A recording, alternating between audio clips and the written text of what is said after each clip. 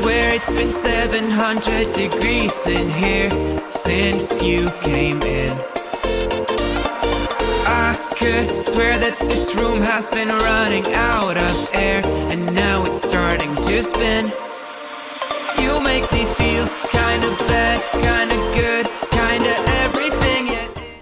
Hey guys, Shane here, Oz Flight Simmer. Welcome to another episode of Test Drive. Today we're looking at Alabeo's new Cessna 441 Conquest 2. So if you're new to the Test Drive series, this is where I take a look at different aircraft, different add-ons, different scenery for flight sim, and give you my thoughts. So on that, let's take the Conquest for a spin, but first we'll take a look at the outside. Let's get into it. The first flight of the Conquest was in 1975, so we've been saying that Alabeo looks like they've gone with the wear and tear look, which they've done recently with a lot of their aircraft. So you can actually see all the dirt, all the wear and tear on the paint. Looks really cool in this livery. There's about 5 to 6 liveries, but this is the one that I sort of liked, as you can really see the wear and tear, especially around near the front cockpit windows. Pretty much with all Alabeo and Coronado products, you're gonna get pretty good high quality textures and modeling, and it's no different to the Conquest there. So you can see where all the rivets go, you can see where all the bumps, you can see where the risers are on the actual bonnets there. You've got the prop shine there, and this is actually Cessna's first turbopropped engine, so or first turbopropped aircraft. It was meant to fill the gap between normal props and jets. But just taking a quick look at the undercarriage and the back wing, you can see the mechanics of the flaps there, the wing.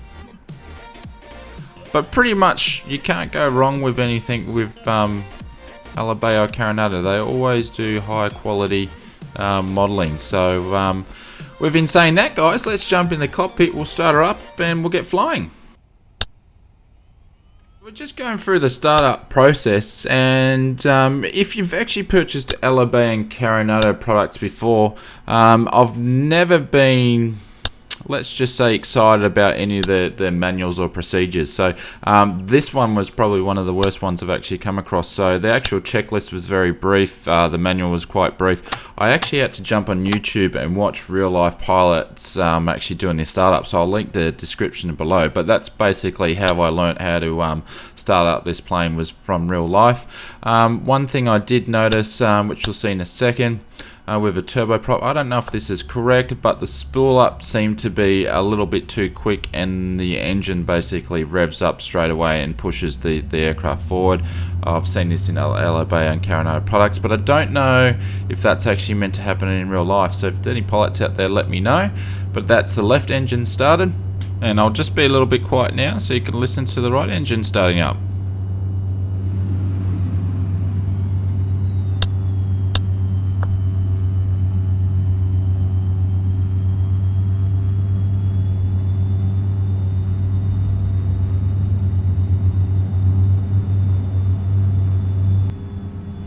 So we're going to get on our way. Today's flight, we're starting at KRSW, so that is Florida West International, and it's another Latin VFR's scenery. I'm a big fan of theirs now. I've actually got most of them, so I actually picked this one up for this flight, and we are flying to Old Faithful and just doing the scenic flight to Miami.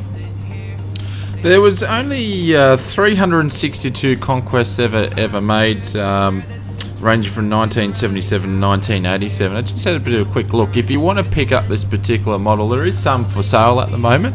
You'd be paying about 600 or 700,000, and some of the models from 1984, and you'll be looking at paying $1 million to $1,100,000. So yeah, they're still around. If you got that sort of cash, I'll be popping down the bank shortly and picking up one myself.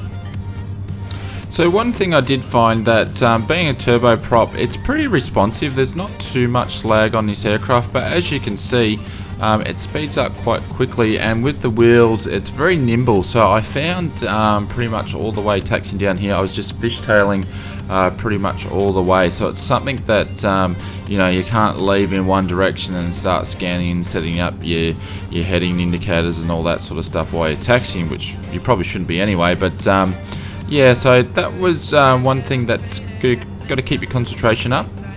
But we're just ready to hold short in a second. I will say one little thing though, this thing can basically lift off in 544 meters or 1,785 feet. So obviously with the high aspect ratio wings and the Pratt & Whitney engines, this thing is pretty much a rocket ship, and you're going to see that in a second. And climbing out, this thing can actually do about 2,500 feet, not a problem about losing speed. So I'll be quiet now so you can listen to our takeoff, and we'll get on our way.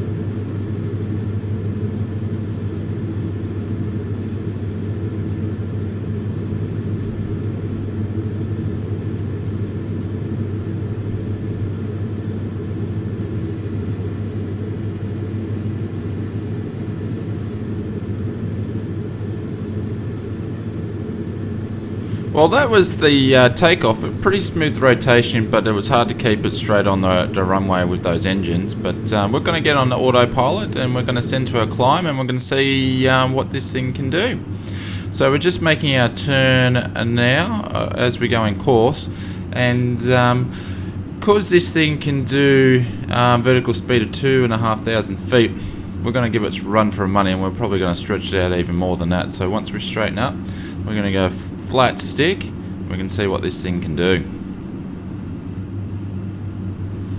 So we're all lined up now. We're going to push the throttles all the way. There we go. There's 2.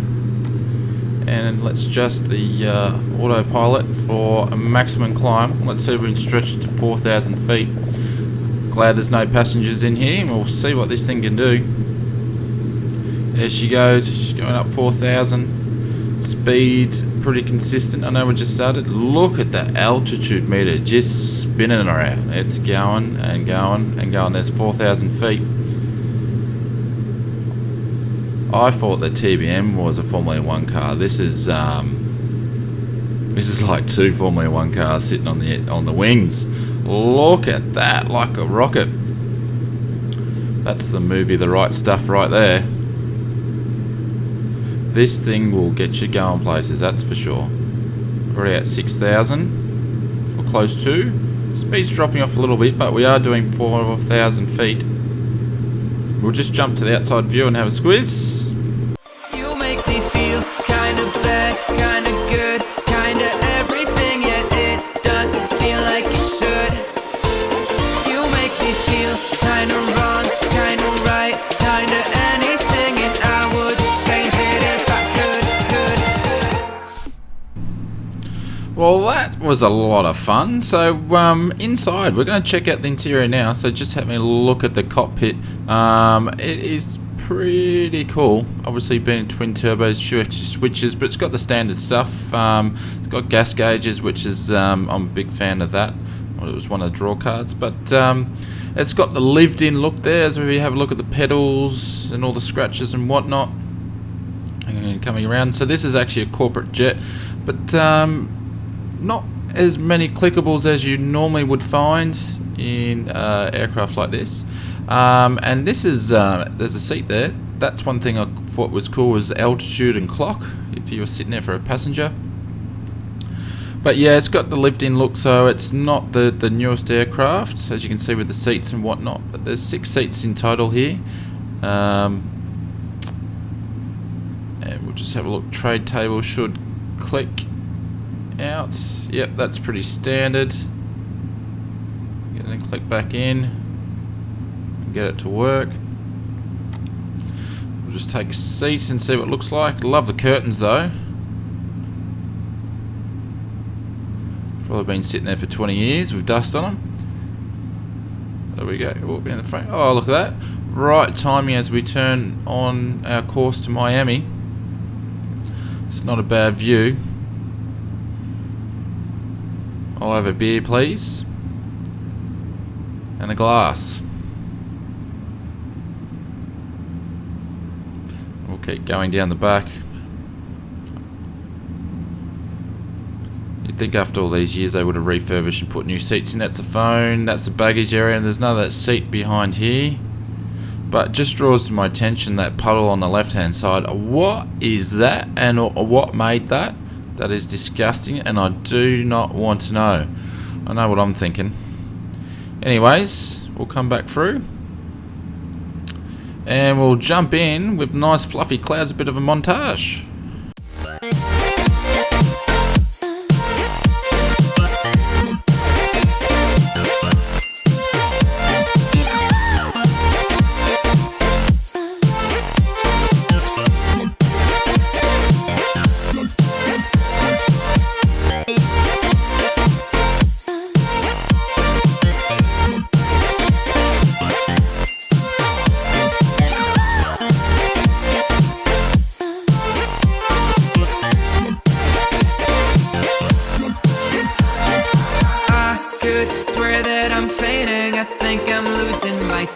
I swear I'm hitting.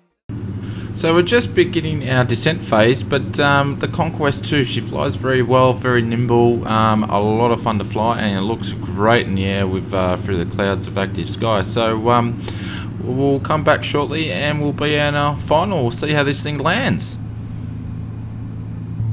Alrighty, we're on final runway 30. If you actually have the KMII scenery, runway 30 has awesome scenery actually coming in on final approach, but it's quite windy. This thing is bucking around. I've got to actually concentrate on running, or actually flying a bit low out of the glide slope, but this thing is a lot of fun to land, so it'll be very interesting to see how we go. I think we've got a bit of a crosswind, but I'll be quiet now so you guys can listen and see how we go.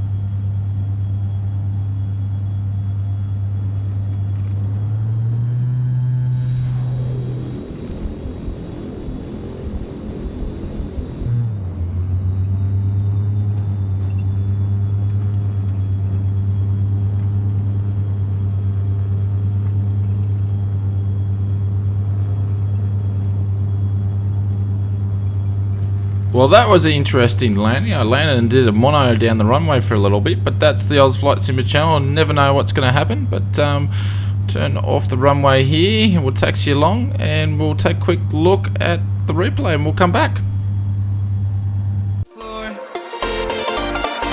I could swear that my stomach just sunk a meter. I'll be dead if I take any more. You make me feel kinda bad, kinda good, kinda everything, yet it doesn't feel like it should. You make me feel kinda wrong, kinda right, kinda anything, and I would change it if I could.